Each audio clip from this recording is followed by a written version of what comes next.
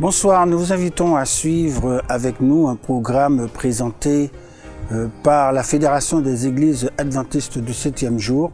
Le message de ce soir, nous espérons, vous sera d'une grande bénédiction et édification.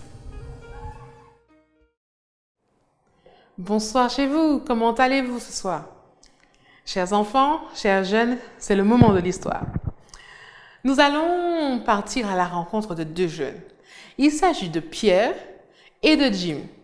Bon, leurs parents les appellent Jimmy et, d'après vous, Pierrot. Ils étaient les meilleurs amis du monde. En fait, ils ne disaient pas frères, mais c'était pareil. Leur maman était les meilleurs amis. Donc, du coup, du moment qu'ils sont nés, ils sont devenus les meilleurs amis du monde. Ils passaient le plus clair de leur temps ensemble. Ils allaient dans la même école. Et pendant les vacances, ils allaient au camp ensemble. Ils passaient du temps comme de loisirs à faire quoi d'après vous? Des petits garçons. Ils font quoi? Ils ont entre 8 et 10 ans.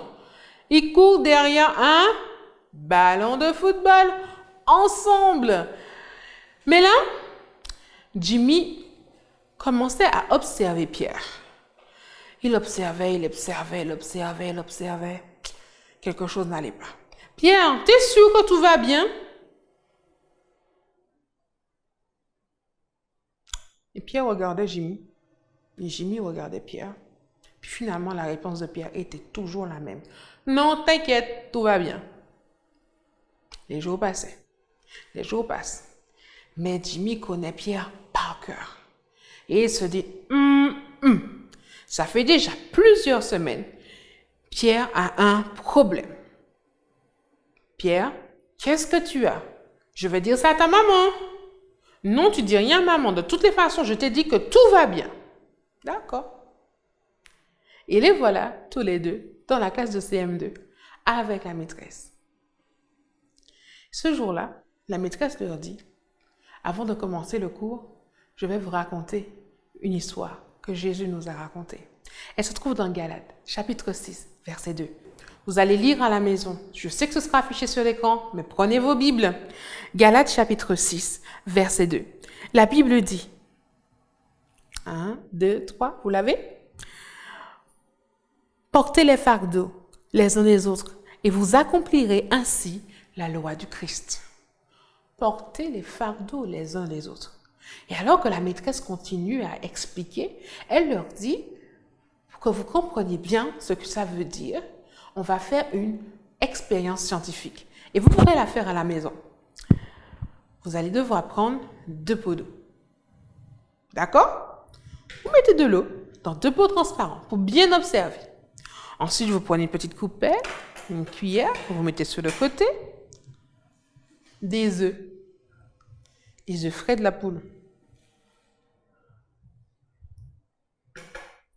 Et gentiment, avec une cuillère, vous allez déposer un œuf dans un des pots. D'accord? Gentiment. Et on observe. Qu'est-ce qu'il a fait, l'œuf? On l'observe? Vous l'observez avec moi? Il est descendu jusqu'au fond. On est bien d'accord. Il ne flotte pas, rien du tout. Il est installé au fond bien gentiment. Maintenant, on va faire une deuxième chose. Prendre un peu de ce qu'il y a dans ce pot. Il s'agit de gros sel. Alors, à la maison, vous allez faire ça. Dans l'autre pot, vous allez mettre du gros sel.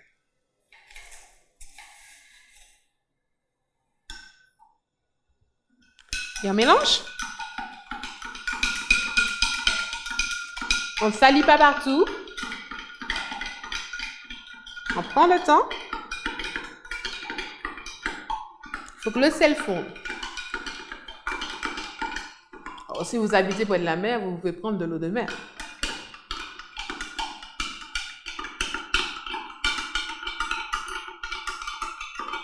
Allez, courage!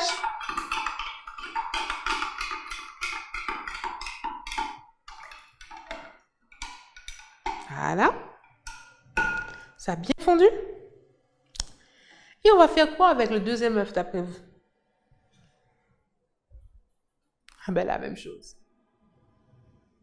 Et on va le placer gentiment. Observez ce qui se passe. Est-ce que vous voyez ce qui se passe?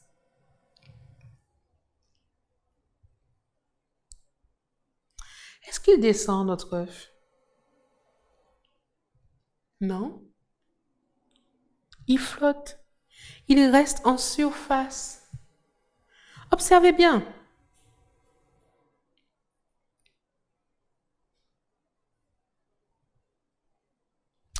Bien, c'est exactement ce qui se passe quand nous portons les fardeaux les uns des autres.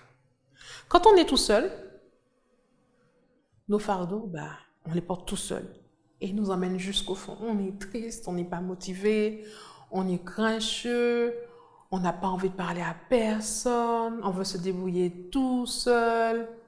Par contre, quand on trouve quelqu'un à qui nous pouvons simplement déjà parler, juste parler, on se sent déjà mieux. Qu'est-ce qui ne va pas? J'ai mal au ventre. Qu'est-ce qui ne va pas? Je me suis mise en colère. Qu'est-ce qui ne va pas? Le simple fait de parler, de s'exprimer, ça allège déjà le fardeau. Et Jimmy, il avait bien compris. Alors, après la leçon, il est allé à la récréation voir Pierre. Il lui a dit, Pierre, tu as entendu ce que la maîtresse a dit. Alors moi, je veux porter tes fardeaux. Aide-moi à t'aider. Qu'est-ce qui ne va pas? Et Pierre a souri. Il a dit, viens, je vais te raconter. Et déjà, tout de suite, il s'est senti mieux. Il avait quelqu'un à qui confier son problème. Il n'y avait pas eu de solution tout de suite. Jimmy n'a pas trouvé une résolution tout de suite au problème de Pierre. Mais le simple fait de pouvoir écouter, Pierre se sentait déjà mieux et ça se voyait sur son visage. Tu veux bien prier avec moi maintenant? On fait silence à la maison? Tu recommenceras l'expérience tout à l'heure. Promis. Seigneur Jésus, merci pour cette image que tu nous donnes, de comprendre que nous ne sommes pas seuls, que tu nous invites à être le sel de la terre, à donner du goût, à aider les gens autour de nous. Aide-nous à pouvoir compter les uns sur les autres et à se faire confiance. Au nom de Jésus. Amen. À très bientôt pour un autre message en 5 minutes. Petit message. Pour la prochaine fois, viens à l'heure de l'histoire avec une feuille, des ciseaux, un stylo. D'accord? À bientôt! Je dois voyager au monde comme un esquif sur les flots et la tempête qui gronde déjà fait mugir les flots. Mais le refrain dit quelque chose de merveilleux. Christ est ma vie, il est mon roi, toujours il prie notre Père pour moi. C'est le cantique numéro 295 que nous vous invitons à prendre et à chanter avec force et vigueur.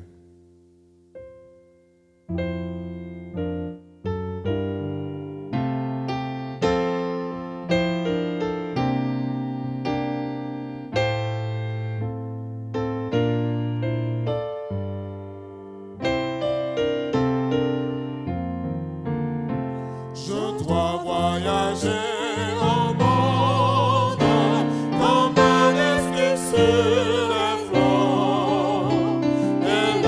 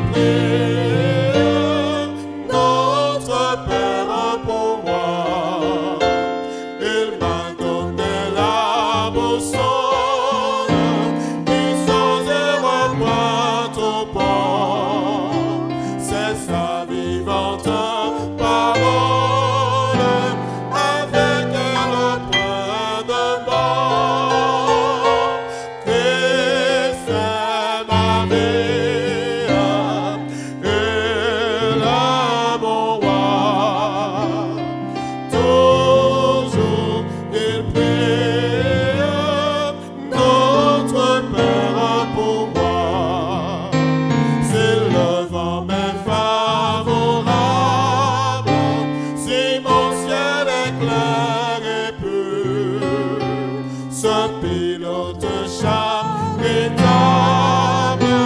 me dirait rien de sûr. Christ est ma vie, il est mon roi. Toujours il prie notre Père pour moi. Et si le son orage, si tout semble menaçant, mon pilote m'encourage de son regard tout puissant. Christ est ma vie, il est mon roi. Toujours il prie notre Père pour moi. Je ne crains donc ni naufrage, ni pirate, ni récit. J'ai déjà reçu le gage du salut de mon esprit. Christ est ma vie, il est mon roi. Toujours il prie notre Père pour moi.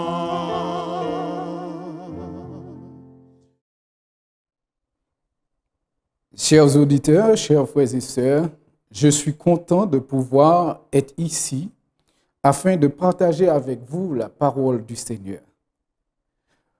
Oui, nous sommes arrivés au moment du déconfinement et je crois que cela nous fait du bien. Nous avons là de multiples raisons pour louer notre Dieu.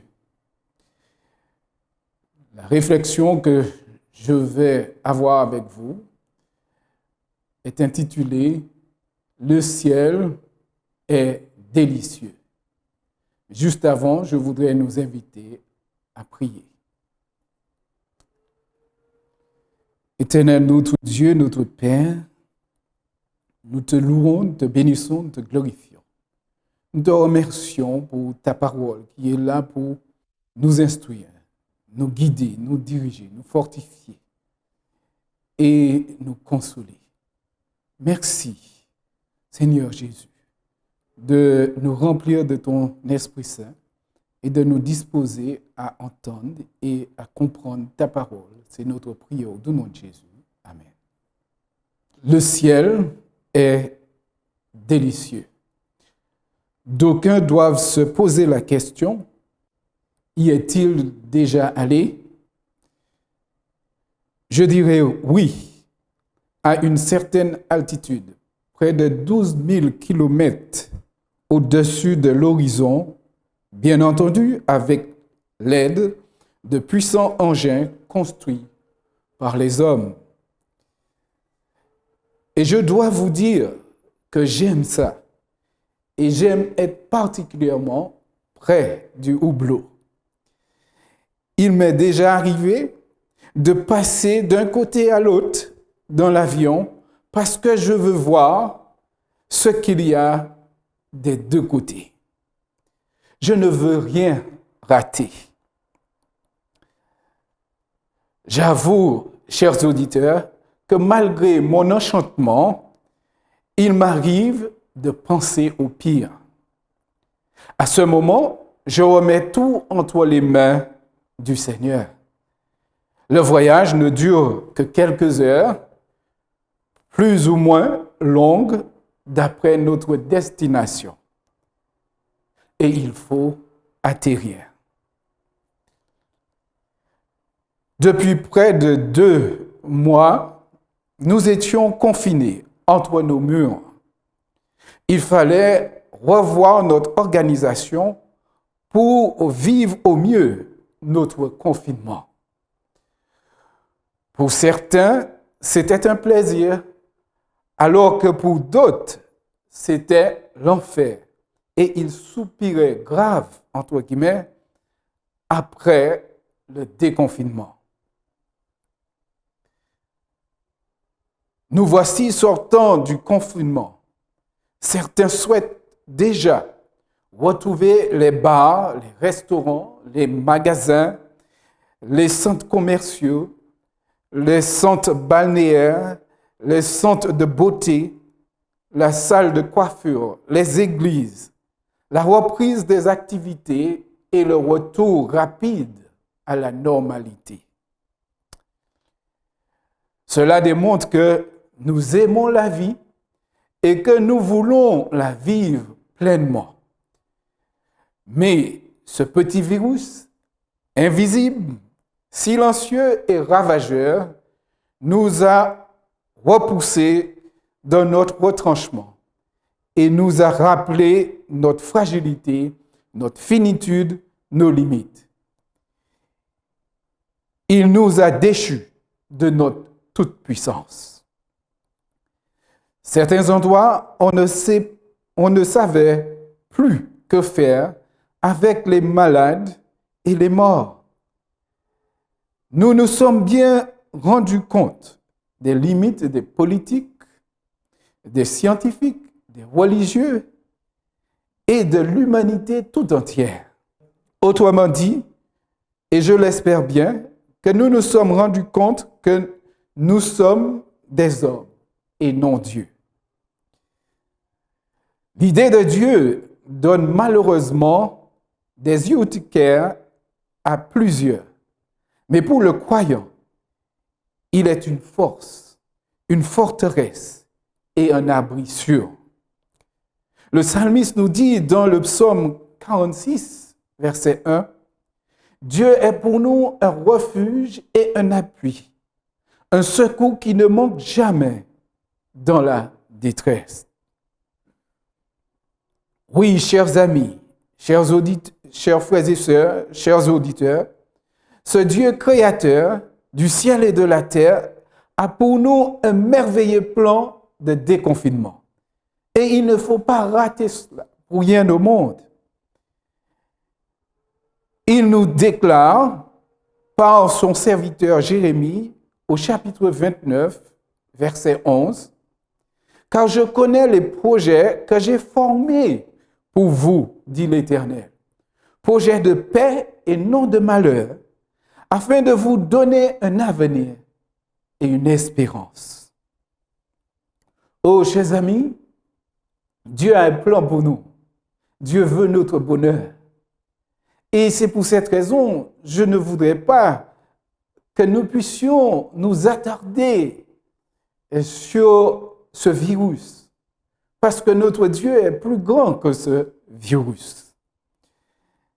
Je voudrais nous inviter vraiment à penser à l'avenir que Dieu a prévu pour nous, à y mettre tout notre cœur et à être prêt pour ce moment. Dans le Nouveau Testament, l'apôtre Paul nous dit dans l'Épître aux Hébreux, chapitre 1, les versets 1 à 3, « Après avoir autrefois, à plusieurs reprises et de plusieurs manières, parlé à nos pères par les prophètes, Dieu, dans ces derniers temps, nous a parlé par le Fils, qu'il a établi héritier de toutes choses, par lequel il a aussi créé le monde, et qui, étant le reflet de sa gloire et l'empreinte de sa personne,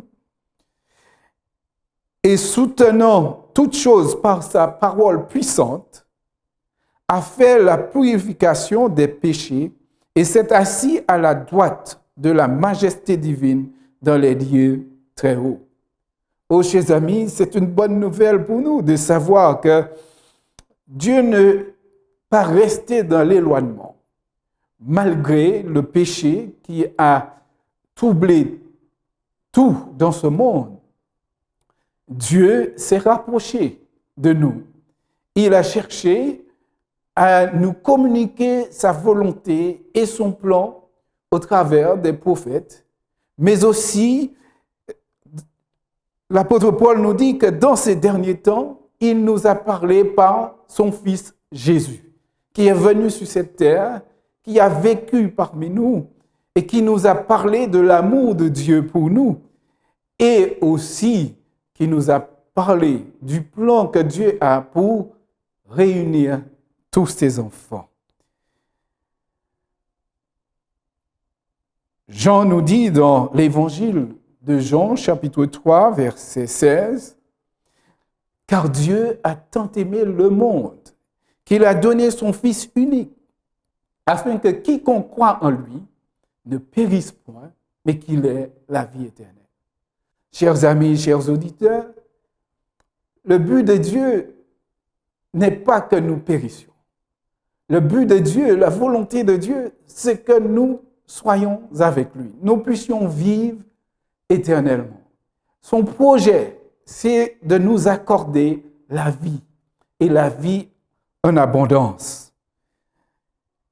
C'est pourquoi Jean continue en nous disant au chapitre 14, verset 1 à 3, Jésus qui avertissait ses disciples et qui voulait les réconforter parce qu'il savait que son heure était proche.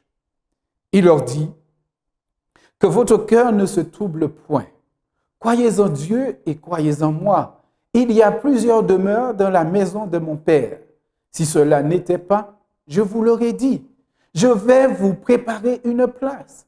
Et lorsque je m'en serai allé et que je vous aurai préparé une place, je reviendrai et je vous prendrai avec moi, afin que là où je suis, vous y soyez aussi. Donc, nous voyons que vraiment, depuis la chute de l'homme jusqu'à aujourd'hui, le grand désir de Dieu, c'est que nous soyons avec lui. Il voudrait nous accorder la vie éternelle. C'est pourquoi il a envoyé Jésus, qui a donné sa vie sur la croix du Calvaire, afin de faire de nous des fils et des filles de Dieu, à condition que nous puissions accepter Jésus comme notre Seigneur et Sauveur. Si nous faisons cela, lorsque Jésus reviendra, nous serons avec lui. Oh, chers amis, alors que nous sortons de ce confinement, je voudrais vraiment que nous puissions avoir à l'esprit ce rêve et que ce rêve nous anime, parce que cela ne restera pas seulement un rêve, parce que ce rêve va devenir une réalité. Et je souhaite que lorsque ce rêve deviendra une réalité, nous serons prêts pour vivre cette réalité. L'apôtre Jean voudrait nous faire vivre, nous donne un aperçu, un avant-goût de ce plan que Dieu a pour nous. Il nous dit dans Apocalypse, chapitre 21, à partir du verset 1, « Puis je vis un nouveau ciel et une nouvelle terre, car le premier ciel et la première terre avaient disparu, et la mer n'était plus. Et je vis descendre du ciel d'auprès de Dieu, la ville sainte, la nouvelle Jérusalem, préparée comme une épouse qui s'est parée pour son époux.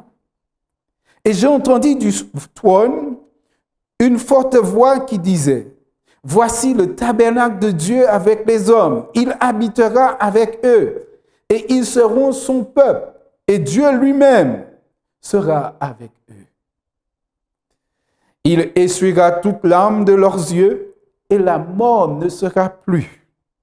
Il n'y aura plus ni deuil, ni cri, ni douleur, car les premières choses ont disparu. » Amen. Gloire à Dieu. Chers amis, un jour vient où nos souffrances nos douleurs, nos soucis prendront fin. Il n'y aura plus de mort, plus de maladie, plus de factures à payer, car nous serons avec notre Seigneur, réunis avec lui pour toujours. Au verset 5, il nous est dit, « Et celui qui était assis sur le trône dit, « Voici, je fais toutes choses nouvelles. » Et il dit, « Écris, car ces paroles sont certaines et véritables. » En créole, nous dirons, « Planté et qu'élevé. » C'est une parole sûre. Dieu n'est pas un homme pour mentir. Et c'est pourquoi il a voulu que l'apôtre écrive ces paroles pour que cette bonne nouvelle arrive jusqu'à nous. Et que nous puissions avoir foi en Dieu. Nous puissions croire en ce Dieu qui revient nous chercher pour que nous soyons avec lui. Jean continue au verset 9 du chapitre 21 d'Apocalypse. Et là, il va nous faire une description de cette ville que je souhaite qu'il soit vraiment votre rêve. J'ai écouté et regardé aussi la promotion de la ville de Dubaï dans Échappée Belle. Et cela m'a fait rêver. Mais en même temps, quand j'ai considéré les choses, j'ai vu que Dubaï est construit sur le sable. Et je me suis dit, je ne souhaite pas, mais rien n'est sûr sur cette terre. Rien n'est sûr. Et ce virus nous montre cela. Que notre sécurité peut être ébranlée à n'importe quel moment. Mais ce que Dieu nous promet est éternel, durable, solide. Et c'est pourquoi je m'en vais lire la description que Jean nous fait à partir du verset 9.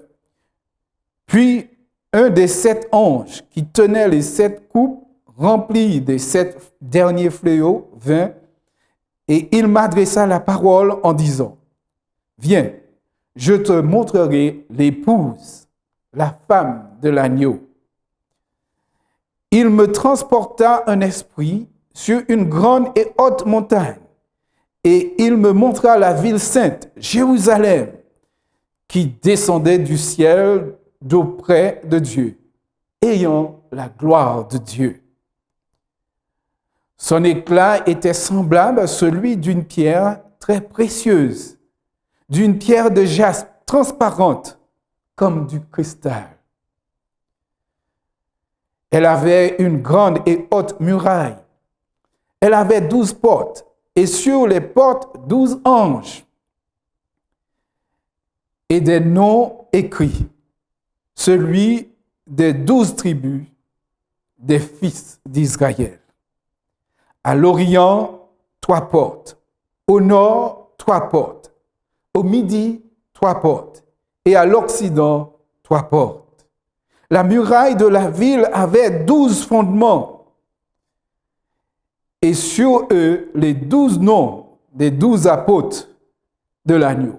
Donc, dans un premier temps, nous voyons que les portes avaient les noms des tribus d'Israël. Et les fondements portaient les noms des apôtres.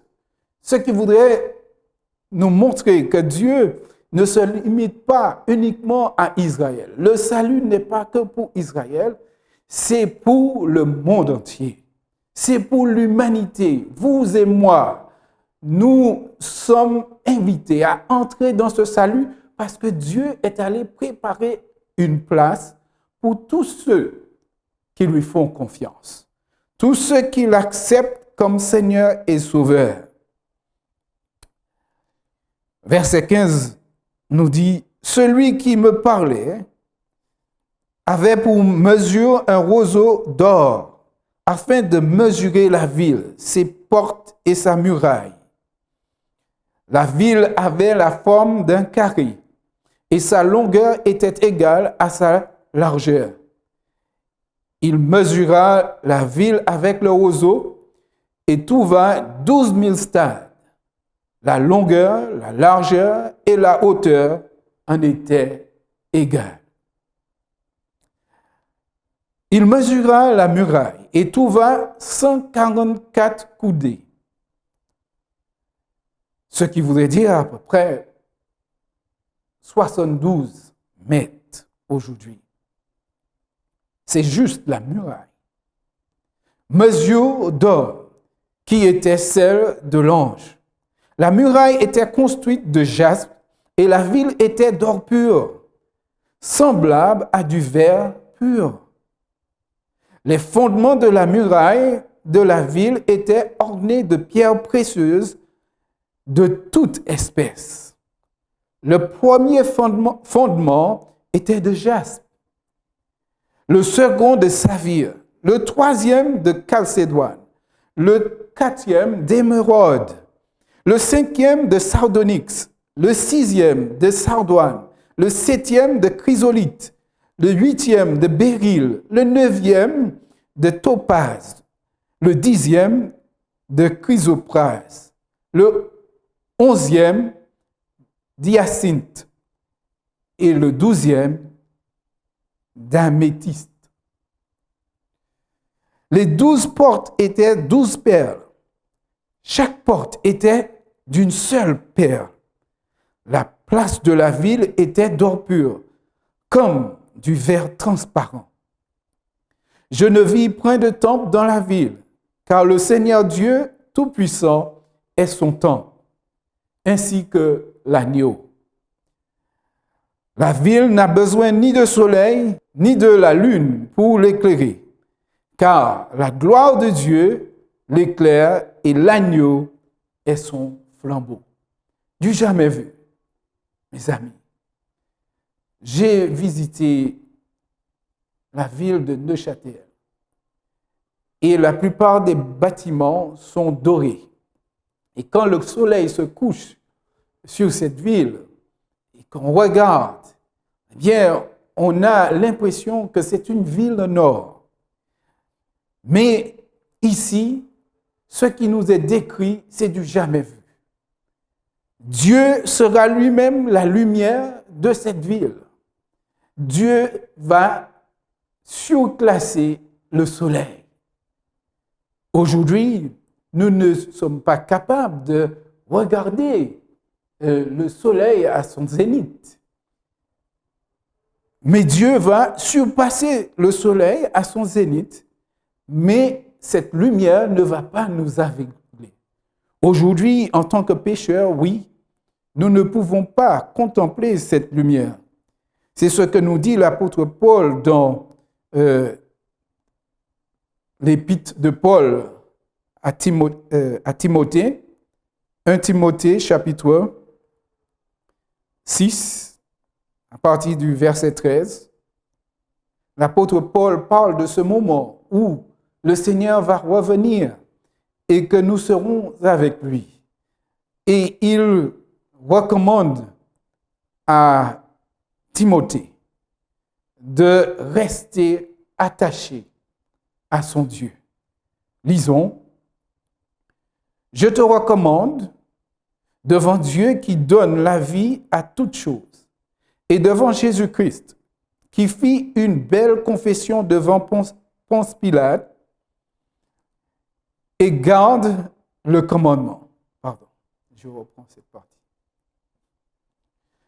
Je te recommande devant Dieu qui donne la vie à toutes choses et devant Jésus-Christ qui fit une belle confession devant Ponce Pilate de garder le commandement et de vivre sans tache, sans reproche, jusqu'à l'apparition de notre Seigneur Jésus-Christ, que manifestera en son temps le bienheureux et seul souverain, que nul homme n'a vu ni ne peut voir, à qui appartient l'honneur et la puissance éternelle.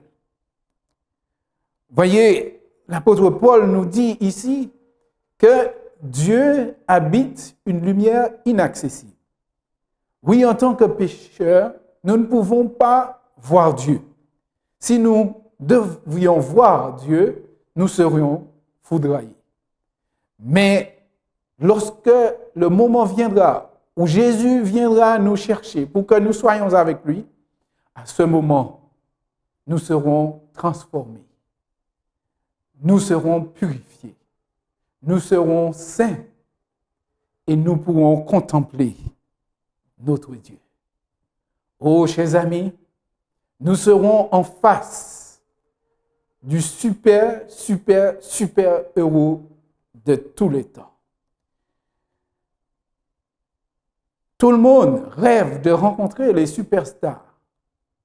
Mais ce jour-là, oh, chers amis, c'est le super des superstars que nous allons rencontrer. Notre Dieu, le créateur de l'univers, le créateur à qui appartiennent des milliers de galaxies. Oh, je ne veux pas rater ce rendez-vous. Je souhaite que vous soyez présents, que vous soyez là aussi, parce que le plan du salut, c'est aussi pour vous. C'est pour moi, c'est pour nous. Dieu a un plan pour nous, un plan de bonheur, de paix. Chers amis, si nous ratons cela, nous ratons toute notre vie.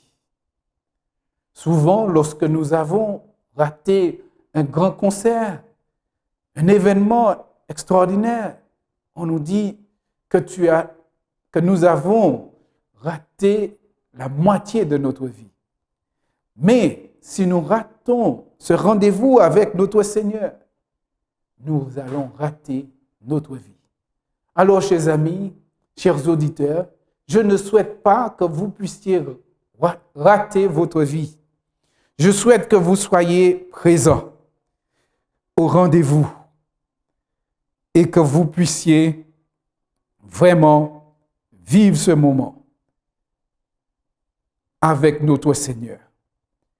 Oh, l'apôtre Paul recommande à Timothée de parler aux riches. Non pas que c'est seulement les riches qui doivent faire partie du royaume, mais les pauvres, d'une manière générale, eh bien, se réfugient en Dieu, cherchent Dieu. Il dit dans 1 Timothée, chapitre 6, verset 17, « Recommande aux riches du présent siècle de ne pas être orgueilleux, de ne pas mettre leur espérance dans les richesses incertaines, mais de la mettre en Dieu, qui nous donne avec abondance toutes choses pour que nous en jouissons. Recommande-leur de faire du bien, d'être riches en bonnes œuvres, d'avoir de la libéralité, de la générosité, et d'amasser ainsi pour l'avenir un trésor placé sur un fondement solide, afin de saisir la vie véritable. Oui, Dieu a aussi une invitation pour les riches à faire partie de son royaume. Il souhaite que riches et pauvres soient unis ensemble dans son royaume. Alors, chers amis, chers auditeurs, faisons tout notre possible pour être présents.